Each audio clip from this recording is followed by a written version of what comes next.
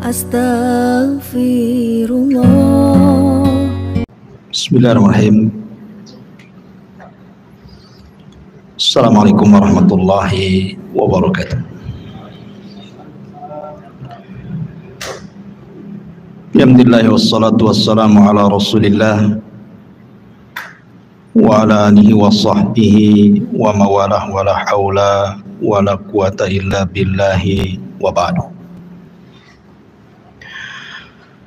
Alhamdulillah, di malam hari ini kembali kita bisa duduk di Masjid Muhajirin. Salawat dan salam kita hadiahkan kepada Rasul kita Nabi besar Muhammad sallallahu alaihi wasallam. Kita meneruskan kajian kita masih membahas dari nabi-nabi min dzurriyyati Adam, dari keturunan Adam alaihi salatu wassalam. Dan malam ini kita akan membahas tentang kisatu Ismail alaihi salam, kisah Nabi Allah Ismail alaihi salatu wassalam. Tentu kisah ini menarik untuk kita kaji, karena bagaimanapun Nabi Allah Ismail adalah kakek buyut daripada Nabi kita Nabi Muhammad sallallahu alaihi wasallam. Nanti kita akan jelaskan nasab dari Nabi kita sampai kepada Nabi Allah Ismail alaihi salatu wassalam. Ma'asyiral muslimin yang dimuliakan Allah Subhanahu wa taala, di dalam Al-Qur'an Allah Subhanahu wa taala sebut tentang kisah Ismail ini 12 kali di 8 surat dalam Al-Quran. Di antaranya surah Al-Baqarah, kemudian terulang di Al-Imran, kemudian terulang di An-Nisa, kemudian juga pada surah Al-An'am, pada surah Ibrahim, kemudian Al-Anbiya, surah Sad, dan juga surah Maryam. Artinya cukup lengkap kisah Ismail alaihi salatu wassalam disebutkan di dalam Al-Quranul Karim. Kalau kita melihat kepada nasab daripada Ismail sampai kepada Rasul kita Nabi besar Muhammad sallallahu alaihi wasallam, jadi Ismail alaihi salatu wassalam itu memiliki 12 putra. Jadi anak-anak Ismail itu semuanya 12, satu perempuan. Di antara nama-namanya disebutkan oleh Imam Ibnu Ishaq, seorang pakar sejarah. Di antara anak-anak Ismail itu ada namanya Nabit, kemudian Qaidar, kemudian Misha, kemudian Musmi, kemudian Mashi, kemudian Ad-Daus, kemudian Arur, kemudian Yatur, kemudian Nabish, Tima, Qaidum, dan yang terakhir perempuan namanya Nasma. Ini seluruhnya 12 putra dan satu putri Ismail alaihi salatu wassalam. Lah, dari keturunan Ismail itu ada namanya Nabit. Nabit putra Ismail. Nabit ini punya anak namanya Yasjub ibn Nabit. Kemudian Yasjub punya anak namanya Ya'rub ibnu Yasjub ibnu Thabit ibn Ismail. Disinilah keluar kalimat Arab dari Ya'rub. Kemudian Ya'rub punya anak namanya Firah. Kemudian Firah punya anak namanya Nahur. Kemudian Nahur punya anak namanya Muqawwim, dan Muqawwim punya anak namanya Udad. Lah Udad inilah ayahanda daripada Adnan. Artinya Adnan inilah yang disepakati bahwa Nabi SAW nasabnya sampai kepada Adnan. Adnan sendiri punya dua anak. Yang pertama Ma'ad dan yang kedua Ak. Ma'ad ini tinggal di Hijaz, Mekah dan Madinah. Sementara Ak ini menikah dengan orang Yaman, dengan kabilah Asy'ariyun dari keturunan Qahtan. Dan Qahtan itu kabilah bagian daripada Jurhum, artinya masih keturunan Arab. Sehingga kemudian Adnan inilah yang menyatukan antara Arab Yaman dan Hijaz. Karena Ak putranya menikah dengan salah satu putri Yaman dari keturunan Qahtan Asy'ariyin. Sementara Ma'ad ini tinggal di Hijaz. Lah kalau kita melihat nasab Nabi SAW, kita lihat Nabi SAW namanya Muhammad ibnu Abdullah ibni Abdul Muttalib ibni Hashim ibni Abdul Manaf ibni Qusay ibni Kilab ibni Murrah ibni Ka'ab ibni Lu'ay ibni Khuzaimah ibni Mudrikah ibni Ilyas ibni Mudhar ibni Nizar ibni Ma'ad. Dan Ma'ad tadi saya katakan putra siapa? Adnan. Dari Adnan kemudian naik lagi Udad ibni Muqawwim ibni Nahur ibni Firah ibni Ya'ruf ibni Yasjub ibni Nabit ibni Ismail, baru Ismail ibni Ibrahim. Dari sini nyambung bahwa Ismail adalah kakek buyut daripada Nabi kita Muhammad SAW. Jadi yang kita akan ceritakan ini Nabi yang mulia, karena bagaimanapun Ismail adalah kakek buyut Nabi kita. Kita harus tahu sejarahnya. Ma'asyiral muslimin yang dimuliakan Allah Subhanahu wa taala. Sepakat para ahli sejarah bahwa nabi-nabi sebelum Ibrahim itu semua keturunan Nuh alaihi salatu wassalam. Tetapi setelah Ibrahim alaihi salatu wassalam diutus, maka tidak ada nabi dan rasul satu pun kecuali keturunan Ibrahim. Jadi kalau sebelum Ibrahim, sepakat ulama sejarah bahwa para nabi keturunan daripada Syam, putra Nuh. Tetapi setelah Ibrahim diutus, maka tidak ada nabi dan rasul kecuali turunan Ibrahim. Makanya Ibrahim disebut Abul Anbiya, bapaknya para nabi. Lah Ibrahim sendiri memiliki banyak anak sebenarnya, karena istrinya juga banyak. Walaupun yang masyhur dia menikah dengan dua wanita, Hajar dan Sarah kan gitu ya. Tapi ada wanita lain dinikahi, Ibrahim punya anak. Putra Ibrahim itu antara 7 sampai 8, tetapi yang masyhur adalah Ismail dari istrinya Hajar dan Ishak dari istrinya Sarah. Kemudian dari Ishak lahirlah seorang nabi juga namanya Yakub. Dan dari Yakub ini lahir 12 keturunannya, salah satunya Nabi Yusuf alaihi salatu wassalam. Dan dari 12 ini berkembang biak dan disebut dengan Bani Israel. Dari turunan Yakub ini ribuan para nabi muncul dan diutus kepada Bani Israel, dan ditutup dengan kenabian dan kerasulan Isa ibnu Maryam alaihi salatu wassalam.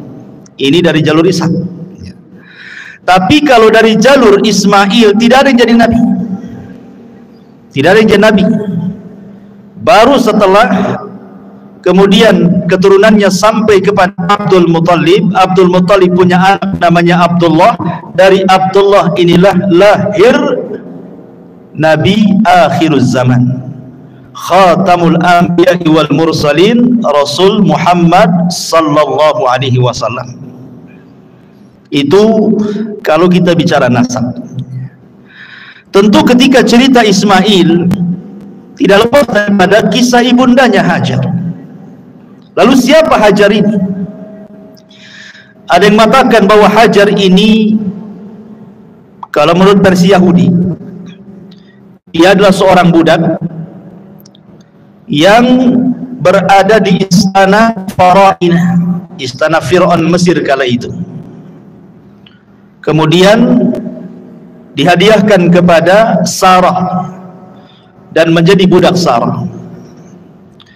Tentu sebagian ulama membantah kalau Hajar itu seorang budak, karena di sini ada berbau merendahkan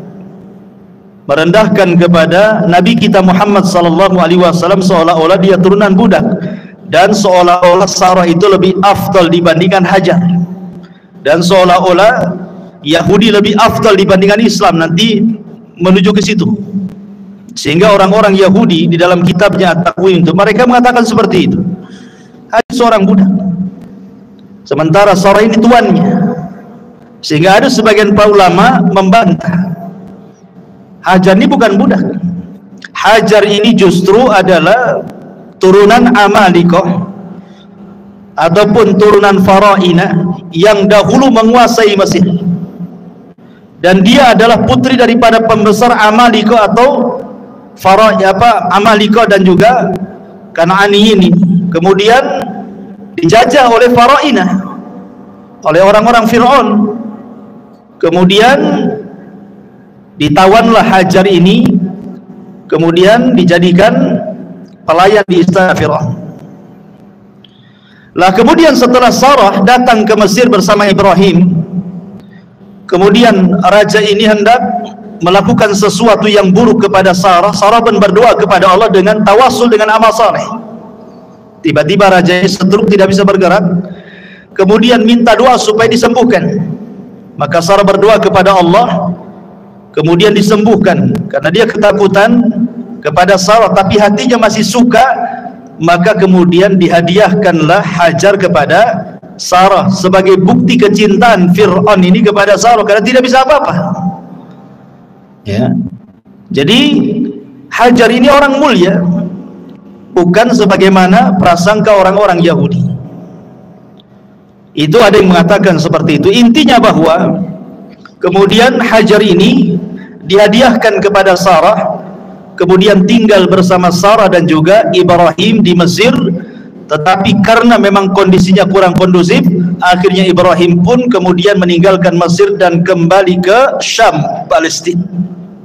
Maka hiduplah 3 orang ini di Palestina. Lah usia Ibrahim alaihi salatu wassalam itu sudah tua, sudah hampir 82 tahun lebih, tetapi tidak kunjung juga punya keturunan. Hampir 86 lebih gitu ya, ya di atas 80 lah. Tidak punya keturunan juga, tetapi Ibrahim terus berdoa kepada Allah Subhanahu wa taala, dan Sarah tahu bahwa Ibrahim itu pengen punya keturunan. Sehingga karena kecintaan Sarah kepada Ibrahim, dia melirik Hajar. Bagaimana kalau seandainya Ibrahim menikah dengan Hajar, siapa tahu dari Hajar ini melahirkan keturunan. Akhirnya kemudian Ibrahim menikahi Sarah, menikahi Hajar, dan betul setelah menikah dengan Hajar, maka hamillah Hajar, kemudian punya anak dan lahirlah bayi, kemudian dinamai Ismail ibnu Ibrahim. Kemudian timbullah kecemburuan. Ingat bahwa idza aradallahu syai'an ahya asbab. Allah itu kalau menghendaki sesuatu pasti dimunculkan sebabnya. Allah menghendaki Ibrahim itu hijrah dari Palestina ke Mekah kan gitu. Tapi kan harus ada sebabnya. Sebabnya apa kan itu? Maka dibuat sebabnya.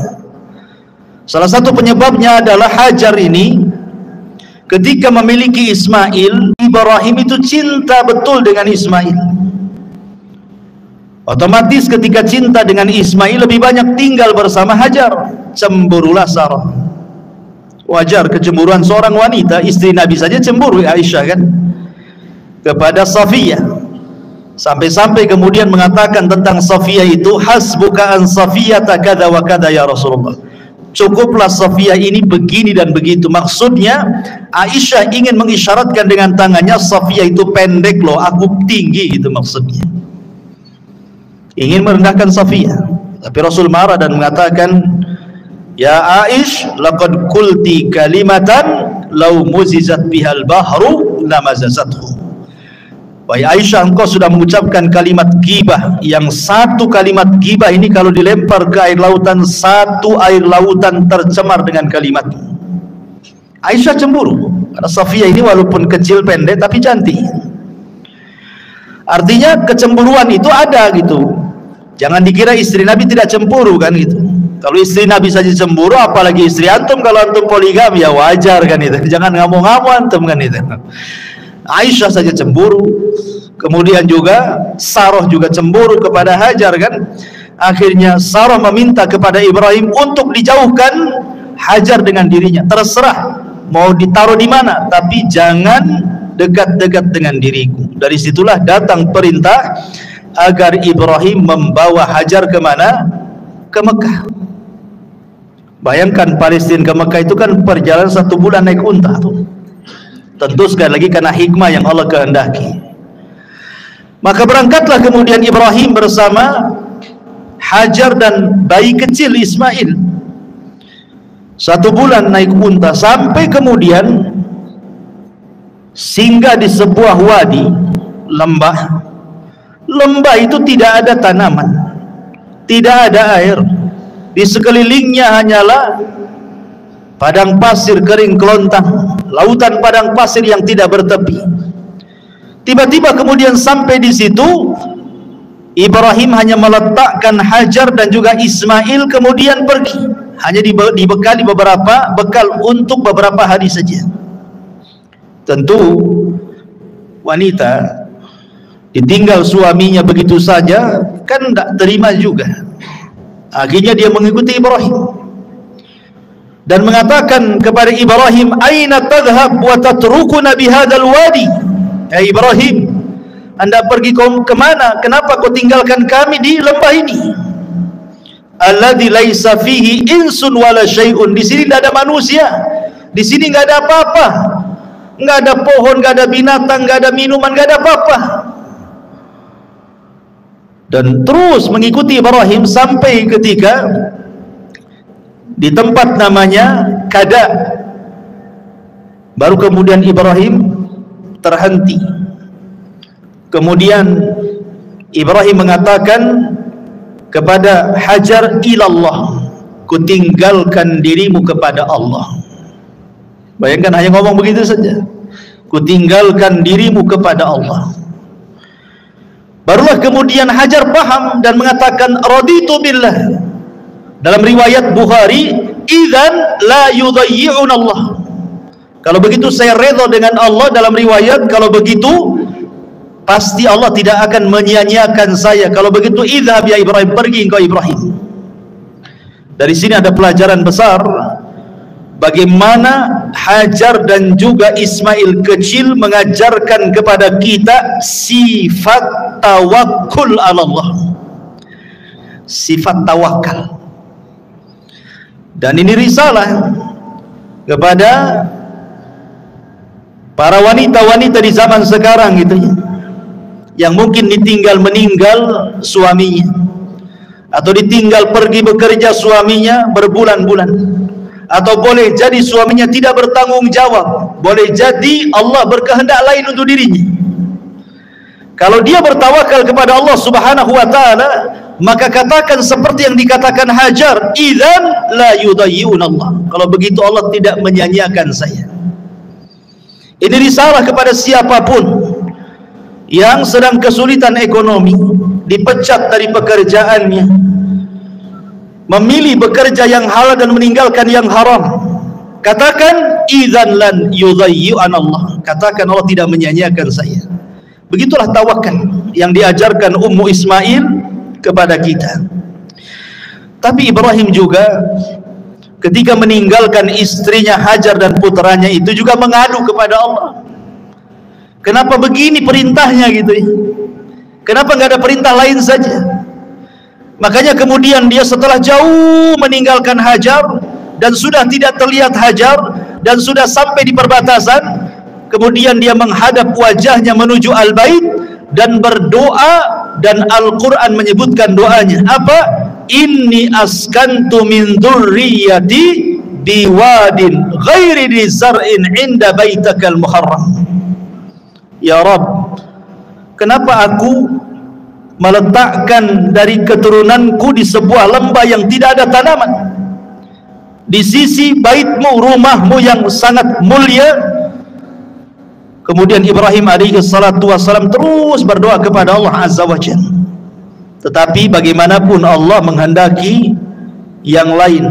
Terkadang ada kaidah, man taraka syai'an lillahi awwadallahu khairan minhu. Barang siapa yang meninggalkan sesuatu karena Allah, pasti Allah akan mengganti sesuatu itu dengan sesuatu yang jauh lebih baik lagi. Boleh jadi kalau seandainya Hajar tetap bersama Ibrahim di Palestina dan Sarah, tentu kehidupannya akan seperti itu saja kan, kecemburuan dan begitu seterusnya kan. Tetapi ketika kemudian dia rela meninggalkan Ibrahim dan juga istri pertamanya, harus ditempatkan di sebuah tempat, semua karena Allah, dan dia yakin Allah tidak menyia-nyiakan dirinya. Akhirnya kemudian justru itulah awal sejarah yang tidak pernah bisa dilupakan umat manusia sampai sekarang. Sekarang yang banyak diceritakan Hajar bukan Sarahnya kan? Karena berkat sejarah Hajar inilah ada manasik haji. Ya. Ada manasik haji, di antara manasik haji itu adalah perbuatan Hajar ketika dia mencari air dari Bukit Safa ke Marwah. Kemudian ada air Zam-Zam. Tetapi kisah Sarah kan hanya sampai di situ. Tetapi kisah Hajar dikenal, bahkan meninggalkan ibadah yang luar biasa kepada kita, termasuk juga peninggalan ma'u Zam-Zam, air yang luar biasa berkahnya di permukaan bumi. Sampai hari ini kita bisa menikmati air itu bagi siapa yang datang ke Mekah Al-Mukarramah untuk haji ataupun umrah. Luar biasa. Jadi jangan takut kalau orang meninggalkan sesuatu karena Allah, itu pasti Allah akan ganti sesuatu itu yang lebih baik lagi. Seseorang bekerja di tempat yang penuh dengan riba, dia tahu riba haram, maka sedikit-sedikit dia keluar dari situ mencari yang halal. Insya Allah ternyata yang halal lebih tenang, boleh jadi lebih berkah dunia dia dan akhirat dia. Jangan takut meninggalkan sesuatu karena Allah Subhanahu wa ta'ala, karena Allah tidak mungkin menyia-nyiakan hambanya yang meninggalkan karena dia. Ma'asyiral muslimin yang dimuliakan Allah Azza wa Jalla, ketika kemudian Hajar sudah ditinggalkan oleh Ibrahim bersama putranya Ismail, habis bekalnya, hanya beberapa hari saja. Apalagi yang dihajatkan seseorang di tengah padang pasir itu adalah minuman. Minuman sudah tidak ada, mereka hampir kehausan. Anda bayangkan, seolah-olah Ibrahim ini secara kasat mata sengaja membiarkan kedua manusia ini suruh mati. Tetapi bukan itu kehendak Ibrahim, ini semua kehendak Allah. Allah kalau menghendaki sesuatu pasti ada hikmah di dalamnya. Makanya ketika itu Ismail ditinggalkan oleh Hajar mencari air ke sana kemari. Naiklah dia ke Bukit Safa, kemudian nampak ada air macam fata morgana di Marwah, lari dia ke Marwah. Saking paniknya si bolak-balik saja itu Safa Marwah sampai 7 kali putaran. Dia khawatir dengan putranya Ismail karena mendengar dia menangis. Saat dia pulang dan hendak melihat Ismail, dia mendengar suara. Rupanya suara itu datang daripada Jibril yang datang hendak menolong keduanya. Ketika kemudian mendekati putranya Ismail, rupanya di sampingnya ada Jibril alaihi salam. Ada yang mengatakan Jibril kemudian menghentakkan sayapnya persis di belakang punggung Ismail, seolah-olah ingin mengatakan bahwa Zam-Zam ini miliknya Ismail, karena taruh di situ gitu ya, di belakang Ismail, belakang punggung Ismail, ditancapkan kemudian sayapnya. Kemudian Jibril pergi, Dan Jibril sempat mengatakan, la takhafu dai'ata fa innaha huna baitun lillah yabni hadzal ghulam wa abuhu wa annallaha la yudayyi'u ahlahu. Kata Jibril sebelum pergi, wahai Ummu Ismail, jangan takut, Allah menyanyiakan dirimu. Tidak, Allah tidak akan menyanyiakan dirimu. Di sini kelak akan dibangun Baitullah, rumah Allah, yang akan membangunnya ni anakmu Ismail yang masih bayi dan bapaknya kelak Ibrahim. Dan Allah tidak akan menyanyiakan siapapun yang dekat dengan Baitullah ini. Kemudian Jibril pergi. Begitu dalam riwayat Bukhari. Lah kemudian ketika melihat ada air muncrat dari tanah, maka segeralah kemudian Hajar membendungnya. Dalam bahasa Arab, membendung itu artinya zam. Jadi dikumpulkan, dibendung sambil mengucapkan zam. Maka kemudian air itu menjadi zam-zam. Sampai kata Nabi SAW, kalau seandainya Ummu Ismail tidak membendung zam-zam, niscaya zam-zam itu akan memenuhi seluruh padang pasir satu Arab itu. Dari situlah kemudian akhirnya Ismail dan juga Hajar minum dari air zam-zam berhari-hari tanpa makan, sudah cukup. Ya, karena air zam-zam itu disabdakan oleh Nabi SAW. Apa sabda Nabi SAW tentang zam-zam? Zam-zam ini adalah ta'amu tu'min wa syarabu sukmin, kata Rasul. Zam-zam ini adalah makanan yang bisa dikonsumsi dan minuman bagi orang yang punya penyakit, untuk mengobati sakit. Jadi walaupun minum air zam-zam itu sudah kenyang, bahkan dikisahkan dari sahabat Abu Dzar Al-Ghifari radhiyallahu anhu. Jadi Abu Dzar Al-Ghifari itu pernah 1 bulan ketika safar, habis bekal makanannya, tinggal air zam-zam. Akhirnya kemudian dia minum saja air zam-zam 3 hari sehari. Rupanya kata Abu Dzar, hatta samintu, sampai aku gemuk gara-gara minum terus air zam-zam. Enggak makan dia 30 hari. Abu Dzar Al-Ghifari radhiyallahu an tidak makan, hanya minum saja 30 hari. Kata dia, aku minum terus selama 30 hari dalam safarku sampai aku gemuk, tidak ada satupun badan kecuali gemuk, begitunya. Bayangkan coba. Ya, dan zam-zam itu harus diyakini sebagai obat. Jangan katakan coba-coba. Saya ingin cobalah menyembuhkan penyakit dengan zam-zam. Jangan dicoba air zam-zam itu. Air zam-zam itu bukan percobaan. Air zam-zam itu wahyu. Air berkah, nggak usah dicoba. Langsung diimani, langsung diyakini bahwa dia adalah obat untuk segala penyakit. Minum saja, bismillah. Tawakal kepada Allah, ikhlas kepada Allah. Jangan coba-coba. Kalau coba itu ragu-ragu artinya. Jangan main coba-coba. Langsung bismillah, tawakal Allah, yakin, ikhlas, ya. Insyaallah. Zam-zam itu sebagaimana sabda Rasul, ta'amu tu'min wa syarabu sukmin. Dia adalah makanan sekaligus juga obat. Bahkan bisa mengabulkan niat peminumnya. Ma'u zam-zam lima syuribalahu. Air zam-zam itu akan mengabulkan setiap peminumnya. Maka akhirnya kemudian berhari-hari, entah berhari-hari entah berbulan-bulan tidak disebutkan, sampai akhirnya datanglah dari arah Yaman rombongan kabilah dari Jurhum. Mereka kehabisan minuman tapi banyak makanan. Percuma saja banyak makanan tidak ada minum, bisa mati di padang pasir, ikhwan. Akhirnya dari kejauhan melihat ada ta'ir, ada burung. Sebagaimana riwayat Bukhari, ada burung dan burung itu menandakan ada air. Maka kemudian didekati, rupanya suku Jurhum ini sampailah ke sumur Zam-Zam yang kemudian ditempati Hajar dan juga putranya Ismail. Suku Jurhum ini orang baik, orang Yaman. Makanya Rasul mengatakan ahlul Yaman itu araqul qulub, lembut hatinya. Kalau mau berbuat jahat, merebut air, bisa saja Hajar dibunuh. Tetapi Jurhum ini kabilah yang baik. Dia datang baik-baik, meminta baik-baik air Zam-Zam itu. Akhirnya kemudian Hajar memberikan dengan cara barter. Kau beri kali kami makanan, kami beri kau air. Akhirnya kemudian deal kan itu ya. Dari situlah kemudian Ismail dan Hajar bisa makan, bisa minum dari berkahnya air Zam-Zam itu. Setiap datang suku Jurhum maka barter dengan makanan, jadi tidak pernah kelaparan.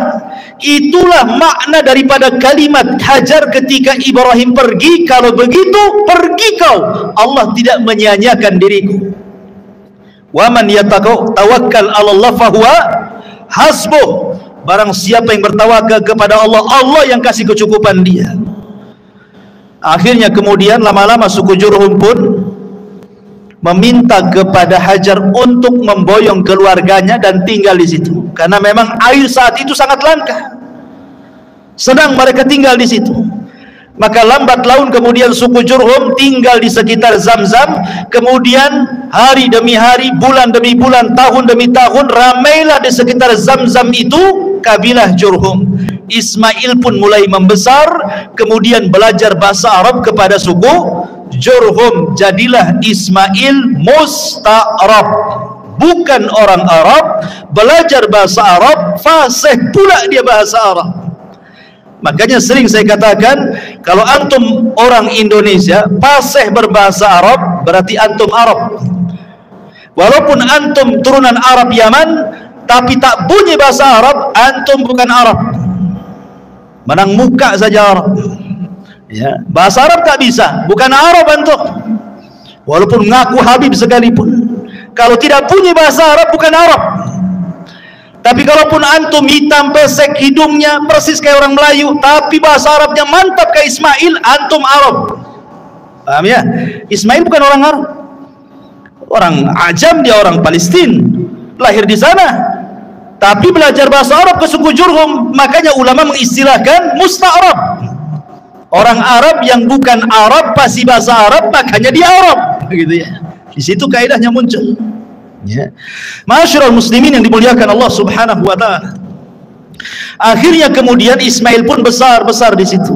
Ketika usianya belasan tahun, tentu Ibrahim selaku orang tua kan wajarlah kangen ingin berjumpa dengan Ismail yang sudah lama ditinggalkannya, sudah belasan tahun. Makanya kemudian ketika kemudian Ibrahim alaihi salatu wassalam safar dari Palestina menuju Mekah, ingin berkunjung dan melihat istri dan juga putranya yang sudah belasan tahun itu. Akhirnya kemudian Ibrahim pun sampai. Ketika sampai itulah kemudian Ibrahim alaihi salatu wassalam dimimpikan malam harinya. Apa mimpinya? Inni ara fil manami anni adbahuka fanzur madza tara. Wa Ibrahim, wa Ismail, ayahmu bermimpi semalam bapakmu menyembelih dirimu. Betul-betul menyembelih dalam mimpinya itu. Bagaimana pendapatmu? Ya. Maka Ismail alaihi salatu wassalam, orang yang terdiri dari ummu Ismail, wanita yang paling tawakal. Makanya kemudian Ismail tanpa ada keraguan mengatakan, ya abatif alma tu'mar satajiduni insyaallahu minas sabirin. Wahai bapakku, kalau itu perintah Allah, insyaallah engkau akan mendapati aku termasuk anak yang sabar. Kenapa Ismail mengucapkan kalimat insyaallah? Hikmah di balik Ismail mengucapkan kalimat insyaallah itu seolah-olah Ismail ingin mengatakan seperti ini. Kalau aku redha aku disembelih, engkau pun wahai bapakku redha aku disembelih, tapi Allah tidak redha, maka engkau tidak dapati aku termasuk hamba yang sabar. Kenapa? Karena ini akal-akalan kamu saja. Tetapi kalau seandainya aku redha disembelih, engkau redha disembelih, Allah pun redha, maka kau akan dapati aku termasuk anak yang sabar. Kenapa? Karena ini bukan akal-akalan kamu, tapi ini perintah Allah, itu maksudnya.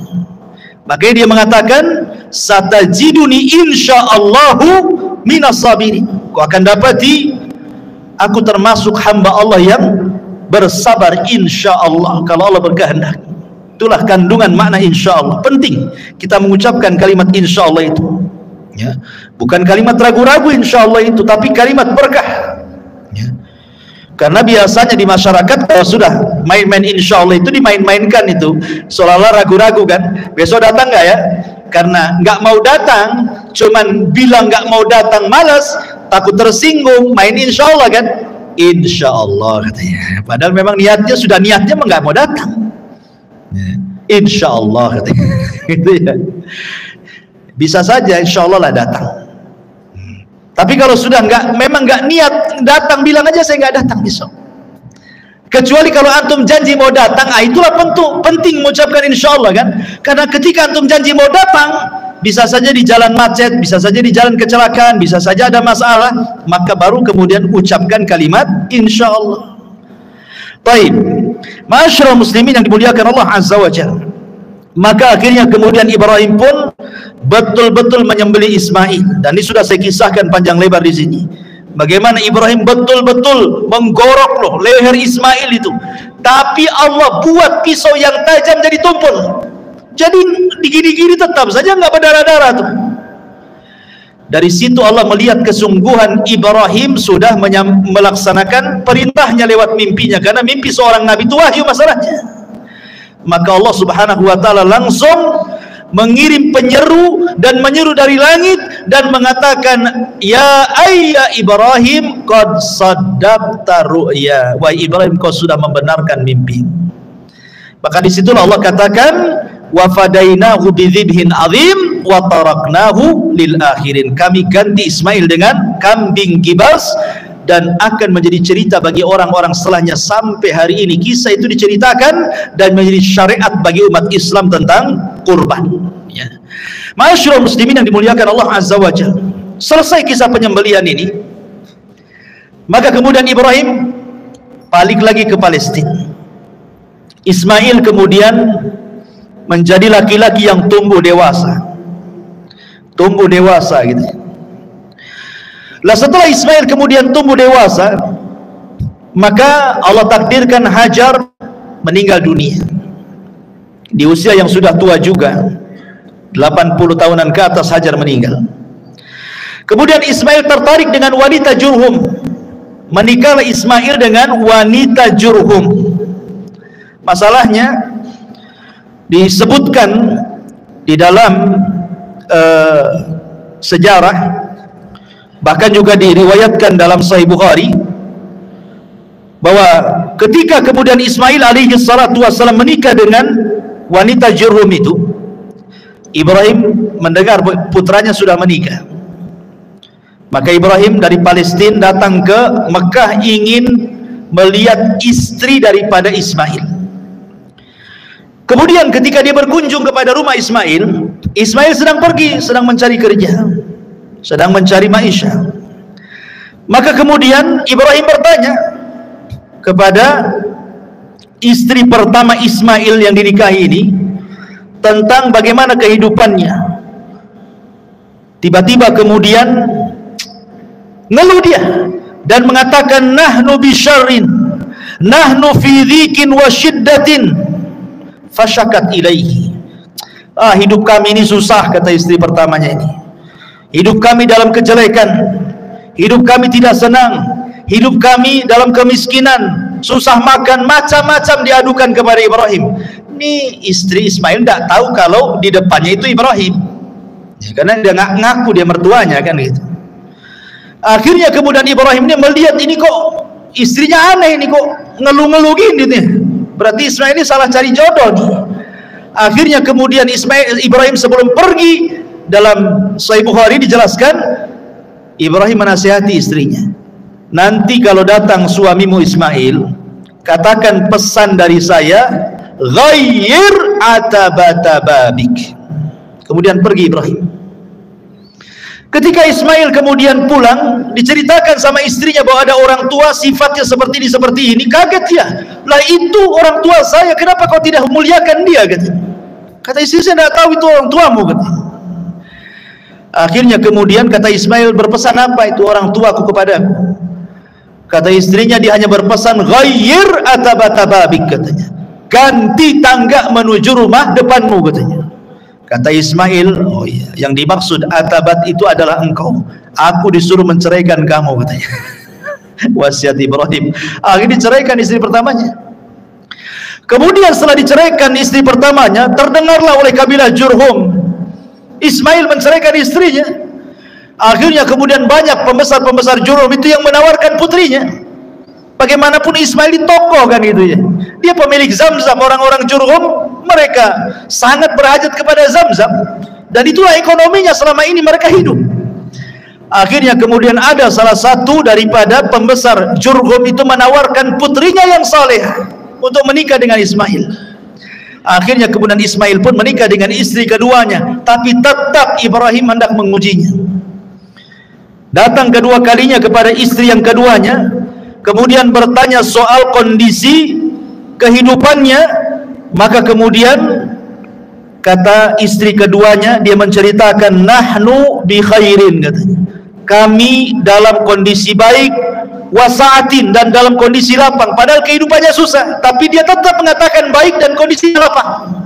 Berarti baik akhlaknya tuh ya. Kemudian ketika itu, karena istri keduanya kan tidak tahu kalau itu ayahanda daripada Ismail, tetap dia menghormatinya. Diambillah daging kambing, kemudian sebagai menjamu tamu, kemudian diambillah air Zamzam, kemudian disodorkan kepada Ibrahim. Kalau istri pertama nggak keluar tuh sama sekali itu jamuan-jamuan itu ya. Ini istri keduanya betul-betul muliakan tamu. Maka Ibrahim senang dengan istri keduanya, kemudian berdoa kepada Allah, Allahumma barik li ta'amikum wa syarabikum. Ya Allah, berkahi makanan kalian, ya Allah berkahi minuman kalian, ya Allah tetapkan rumah tangga kalian berdua. Kemudian Ibrahim mengatakan, nanti kalau sampai anakku, sampaikan pesan bapaknya. Apa? La tughayyir atabata babik, jangan kau ganti lagi tangga menuju depan rumahmu, katanya. Nah, itu istrimu tuh katanya. Akhirnya Ismail pulang, kemudian diceritakan istri keduanya. Kata Ismail, ayahku menyuruh agar aku tidak menceraikan kamu. Lihat. Tapi di sini syahidnya Ibrahim mendoakan apa? Mendoakan makanan dan minuman. Yang ketika itu makanan yang didoakan oleh Ibrahim apa? Daging kambing dan juga air Zamzam. Sejak itulah kambing dan Zamzam di Mekah menjadi berkah karena doanya Ibrahim. Makanya penduduk Mekah itu walaupun makan kambing siang, pagi, sore, malam, nyantai saja mereka. 1 tahun mereka pagi, siang, sore makan kambing, nggak ada cerita naik darah, naik kolesterol, stroke, nggak ada. Coba antum pakai kambing Batam, sebulan saja pagi kambing, siang kambing, malam kambing, pagi sate, siang gulai, rawon lagi sorenya, malamnya tengkleng. Sebulan saja. Apa nggak naik itu tensinya? Ya. Masyaallah muslimin yang dimuliakan Allah Azza wa Jalla. Intinya bahwa kemudian Ismail pun tetap tidak menceraikan istrinya karena dapat istri yang soleh. Dari istri inilah lahir 12 keturunannya yang saya sebutkan di mukaddimah tadi. Kemudian setelah itu Sarah meninggal, maka Ibrahim kemudian hijrah dari Palestina dan bergabung bersama Ismail. Disinilah terjadi pembuatan Ka'bah, pembangunan Ka'bah yang sempat roboh.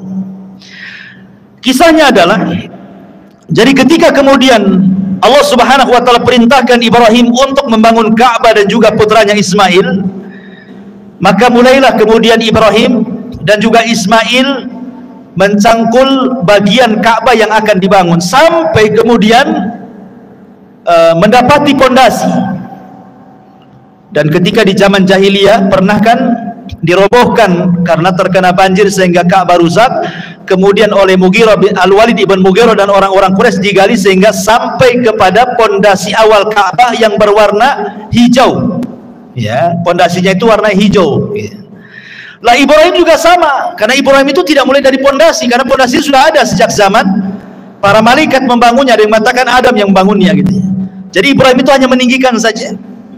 Maka mulailah kemudian Ibrahim dan Ismail meninggikan dari atas pondasi itu bangunan Ka'bah. Dan bentuknya memanjang karena Hijar masuk ke dalamnya. Tapi di zaman jahiliyah ketika Ka'bah itu hancur hanya dibangun separuh saja sehingga Hijar keluar. Hijar Ismail keluar gitu ya. Kalau di zaman Ibrahim masuk Hijar itu. Ya, dan juga pintunya 2. Pintu masuk, pintu keluar. Kemudian di tanah. Kalau sekarang kan pintunya di atas gitu ya. Agak sulit, orang-orang tertentu saja masuk. Kalau orang dulu kan siapa aja bisa masuk gitu ya. Intinya bahwa ketika kemudian sudah dibantu oleh Ismail pembangunan Ka'bah, sampai kemudian ada satu tempat yang itu khusus untuk satu batu, kurang satu batu, maka Ibrahim meminta kepada Ismail untuk mencari batu. Kemudian pulang, rupanya yang dibawa itu Hajar Aswad, batu dari sorga. Ibrahim tahu ini Hajar Aswad, dulunya warnanya putih tapi menjadi hitam karena dosa anak Adam, kata Rasul. Maka diletakkan Hajar Aswad di Ka'bah sebagai pelengkap Ka'bah itu.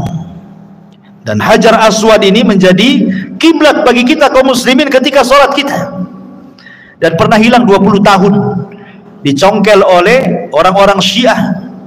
Ketika Syiah menyerbu Mekah ketika itu kan, sampai di pantai ribuan jemaah haji itu, sampai orang yang nempel di kiswah Ka'bahnya di pantai itu, orang-orang Syiah itu dicongkel itu Hajar Aswad, dibawa ke Bahrain. 20 tahun hilang Hajar Aswad itu. Tapi setelah Hajar Aswad dicuri sama orang-orang Syiah itu, dibawa ke Bahrain, banyak azab menimpa Bahrain. Akhirnya takut dibalikin lagi setelah 20 tahun. Ya, Ma'asyiral muslimin yang dimuliakan Allah Subhanahu wa taala, intinya bahwa Allah Subhanahu wa taala menggambarkan dalam Al-Qur'an, inna awwala baitin wudi'a lin-nasi lalladzi bi Bakkah mubarakan wa hudan lil alamin fihi ayatun bayyinatun maqamu Ibrahim wa man dakhalahu kana amina walillahi 'alan nasi hajjul baiti man istata'a ilaihi sabila wa man kafara fa innallaha ghaniyyun 'anil alamin.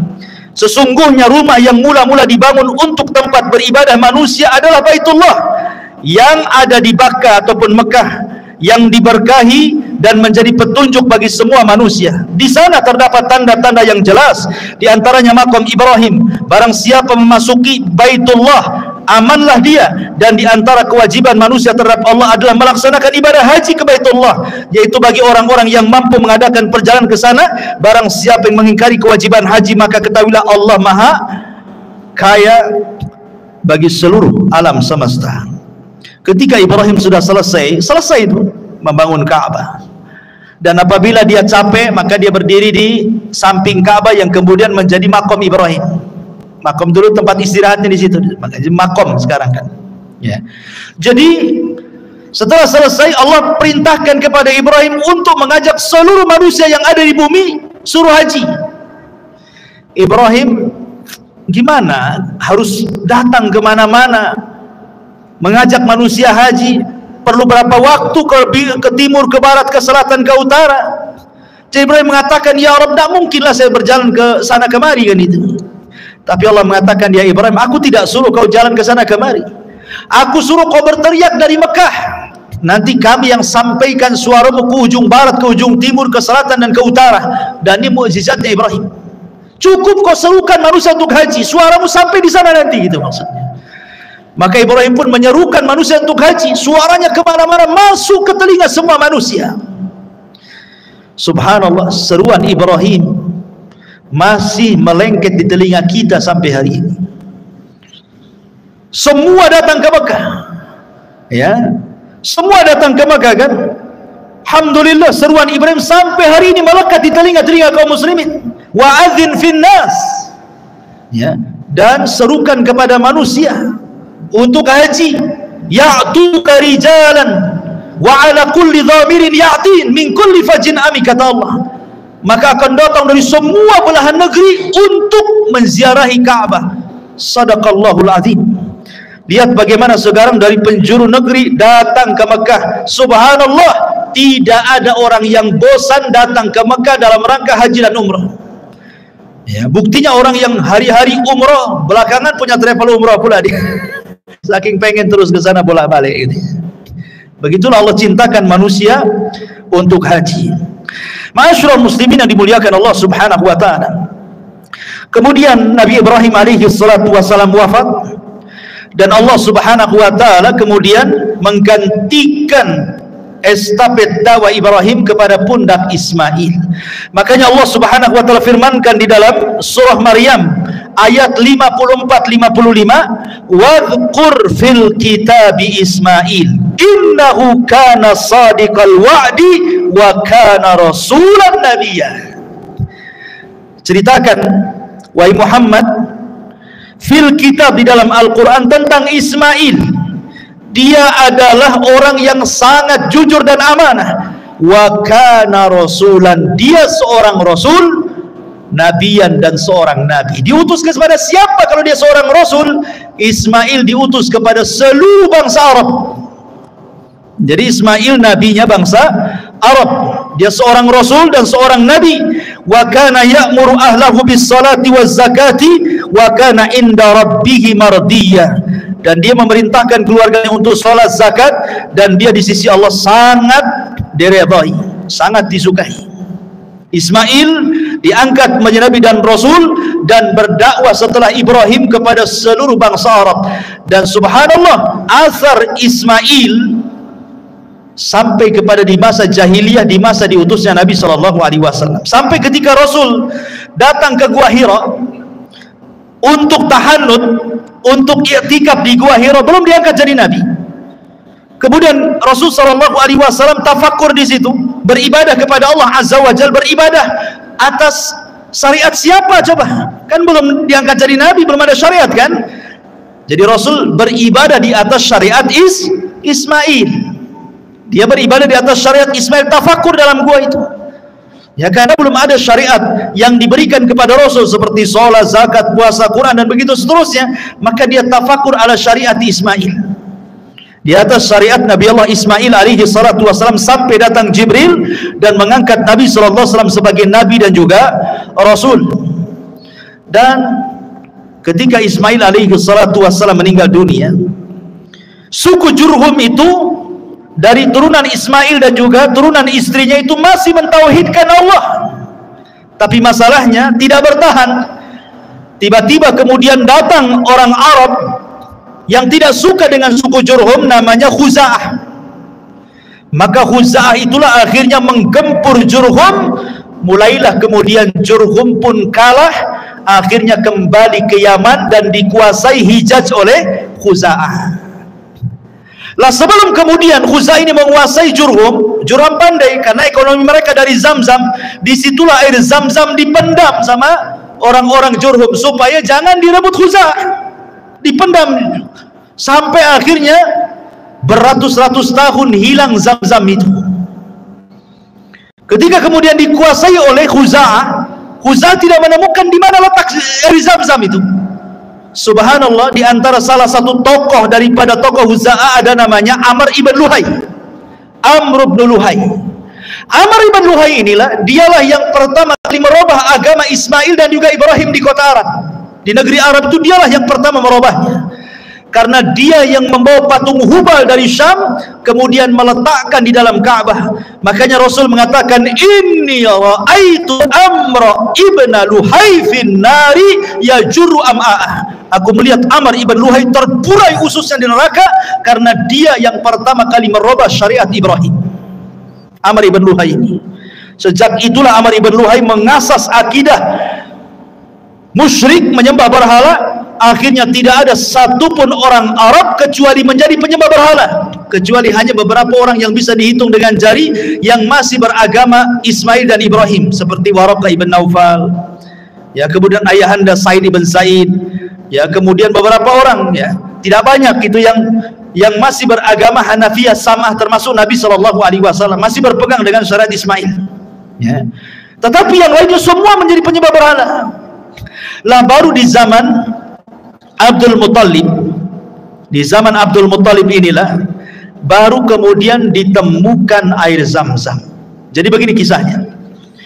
Abdul Muttalib ini, ikhwatu fiddin, muliakan Allah Azza wa Jalla, ketika itu menjadi Sayyidul Arab, pemimpin Arab, karena Quraisy itu dipimpin oleh dua kabilah, kabilah Bani Abdi Manaf dan kabilah Bani Khuza'ah, kabilah Bani Khuza'ah, Makhzum, Bani Makhzum.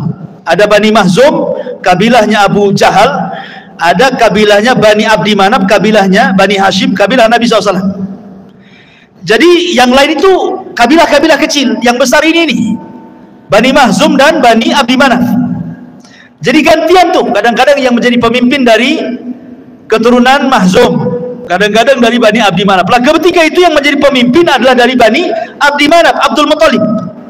Tapi setelah Abdul Muttalib meninggal, diambil alih oleh Bani Makhzum, Abu Jahal menjadi pemimpinnya, ya. Jadi Abdul Muttalib ini bermimpi ketika dia sedang tertidur di Hijr Ismail, didatangi malaikat dan mengatakan ihfir at-tayyibah, ihfir at-tayyibah, galilah at-tayyibah, benda yang baik. Kemudian besoknya mimpi lagi, didatangi lagi malaikat yang sama dengan mengatakan ihfir al-barrah, ihfir al-barrah, katanya. Barrah ini apa? Benda yang baik ini. Kemudian yang ketiga kalinya, 3 hari berikutnya mimpi lagi ihfir al-madunah, katanya. Galilah sesuatu yang tersimpan. Abu Talib makin bingung. Hari keempatnya bermimpi lagi, baru jelas-jelas mengatakan ihfiriz Zamzam, katanya. Kamu harus menggali Zamzam. Oh, baru paham maksudnya. Kemudian dia dikasih tahu tanda-tandanya. Tanda-tanda kau menggali Zamzam itu 3. Pertama, di situ ada qaryatun namlin, ada desa semut, sarang semut. Yang kedua, di situ ada ghurab, ada gagak yang sedang makan semut. Yang ketiga, di situ ada darah yang tertumpah. Kalau itu terjadi, galilah di situ. Akhirnya suatu hari Abdul Muttalib ini sedang berjalan-jalan di Syab Arab ini. Rupanya dia melihat kok banyak semut di situ. Kemudian dia melihat ada gagak yang sedang matuk-matuk semut itu. Tiba-tiba ada unta lari, dikejar oleh tuannya, sedang kabur unta itu. Rupanya unta itu tertangkap persis di sarang semut itu, kemudian oleh pemiliknya langsung disembelih. Tertumpahlah darahnya di situ. Dia teringat mimpinya tuh. Oh ya, jangan-jangan di sini, karena mimpinya persis kayak gitu kan. Sarang semut, ada gagak, ada tumpahan darah di situ. Ah, jangan-jangan di sini dia. Ketika itu Abdul Muttalib belum punya anak banyak, cuma satu namanya Al-Harith, karena belum punya nazar ketika itu. Akhirnya sama Al-Harith diajak, ayo kita gali di sini, jangan-jangan di Zamzam nih. Digalilah berdua. Orang-orang Arab membiarkan, disangkanya Abu Talib dia ngapain mimpi saja cari Zamzam itu, katanya. Rupanya ketika digali, nampak pondasinya, pondasi Zamzam itu. Bertakbirlah Abdul Muttalib, Allahu Akbar, Allahu Akbar. Oh, datang kabilah-kabilah Quraisy. Tiba-tiba setelah ditemukan Zamzam, kabilah Quraisy mengatakan kepada Abdul Muttalib dan mengatakan, ya Abdul Muttalib, kami semua adalah Bani Ismail, keturunan Ismail. Kami juga punya hak dengan Zamzam ini. Bayangkan, ketika menggali mereka nengokin, sudah ketemu, mereka mengaku itu Zamzam kami juga, katanya. Karena kami semua keturunan Ismail dan ini adalah Zamzamnya Ismail, katanya. Kata Abdul Muttalib, tidak bisa. Aku yang menemukannya, ini dikhususkan untukku. Kata mereka, tidak bisa. Kalau engkau tidak berbagi dengan kami siap perang, katanya. Oh, ngajak perang. Akhirnya kemudian kata Abdul Muttalib, apa enggak ada pendapat yang lebih baik kecuali harus perang? Kata mereka, kalau begitu kita harus datang kepada orang pintar dari Bani Sa'ad, dari Hudzail, katanya. Di situ ada dukun sakti. Biar dukun itu menentukan apakah Zamzam itu milikmu atau milik kita semua, katanya. Akhirnya masing-masing kabilah mengutus beberapa utusan. Ini Bani Hudzail, Bani Sa'ad ini di ujung Syam loh, perbatasan Syam. Sementara orang-orang ini di Hijaz. Kalau mereka mau datang ke dukun yang ada di perbatasan Syam itu, harus melewati berbulan-bulan padang pasir. Coba bayangkan coba. Hanya ingin nemuin dukun aja tuh. Berangkatlah mereka. Subhanallah, di tengah jalan kehabisan bekal, kehabisan minum, banyak mati. Sehingga hanya beberapa orang saja yang masih hidup. Akhirnya mereka pun sudah tidak bisa lagi melanjutkan perjalanan dan hampir menguburkan hidup mereka sendiri karena tidak sanggup lagi, masih jauh perjalanan. Sementara air sudah nggak ada. Kemudian mereka mengatakan, kata Abdul Muttalib, sebaiknya kita berpencar saja. Kita cari air, mudah-mudahan mungkin di sekitar sini ada air, masing-masing gak dapat rezeki gitu. Akhirnya berpencarlah mereka. Qadarullah, ketika Abdul Muttalib hendak pergi, ketika dia menginjak padang pasir, sandalnya itu ketika diangkat keluar air. Akhirnya mereka pun minum dari situ. Mereka ditolong oleh Abdul Muttalib lagi nih. Dari situlah mereka mengatakan, sudahlah Abdul Muttalib, tidak perlu kita datang ke dukun, kami menyerah, Zamzam itu milikmu karena engkau sudah menolong kami semua di sini. Balik lagi, tidak jadi ke dukun. Dari situlah Zamzam miliknya Abdul Muttalib. Tapi masalahnya Abdul Muttalib sudah tahu nih, kalau dibiarkan dia meninggal bisa masalah Quraisy, perang nih gara-gara Zamzam. Disitulah dia bernadar. bernazar kepada Allah agar diberikan anak 10 untuk menjaga Zamzam, dan sebagai imbalannya 1 di antara mereka akan aku korbankan. Allah takdirkan dipenuhi nazarnya. Abdul Muttalib pun punya anak 10, salah satunya namanya Abdullah, ayahanda Nabi. Ketika sudah pada remaja, Abdul Muttalib lupa dengan nazarnya bahwa dia harus mengorbankan salah satu dari 10 anaknya. Tetapi kemudian diingatkan, hai Abdul Muttalib, kau sudah berjanji akan mengorbankan salah satu putranya. Dikurahlah anak-anaknya. Subhanallah, yang kena pula Abdullah. Abdullah itu anak yang paling dicintai Abdul Muttalib dan disayangi orang-orang Quraisy. Makanya orang-orang Quraisy mengatakan, gak usahlah disembelih Abdullah itu, kau datang aja ke dukun lagi, mungkin ada solusi yang lain katanya. Datanglah Abdul Muttalib ke dukun. Kata dukun, cobalah dikocok kayak arisan katanya. Ya, tulis 2 dalam 2 kertas, 1 nama Abdul Muttalib, 1 10 unta. Kocok, siapa yang keluar kalau 10 unta berarti selamatlah Abdullah. Kau sembelih 10 unta, bagikan fuqara wal masakin katanya. Dikocok, keluar Abdullah. Lah, keluar Abdullah. Akhirnya kemudian pasang lagi 10 ekor unta. Dikocok, Abdullah lagi keluar, pasang lagi 10 ekor unta. Sampai akhirnya 10 kali pasang. Berarti sudah 100 ekor unta tuh. Baru keluar unta. Akhirnya dia terpaksa menyembelih 100 ekor unta loh ya, diberikan kepada fuqara wal masakin dan tidak jadi menyembelih Abdullah. Dari situlah 100 ekor unta menjadi diat pembunuhan. Kalau ada orang membunuh, kisos. Kalau tidak dikisos, bayar 100 ekor unta. Jadi diat. Nah, makanya Nabi SAW disebut Ibnu Dzabihataini, anak dari 2 orang yang akan disembelih. Pertama ayahandanya Abdullah, yang kedua Ismail, kakek buyutnya, putra daripada Ibrahim alaihi salatu wassalam. Wallahu alam. Sampai di sini kisah Nabi Allah Ismail alaihi salatu wassalam, kakek buyut Nabi kita yang mulia alaihi salatu wassalam. Subhanakallahumma bihamdika asyhadu an la ilaha illa anta astaghfiruka wa atubu ilaik. Allahu ta'ala. Assalamualaikum warahmatullahi wabarakatuh.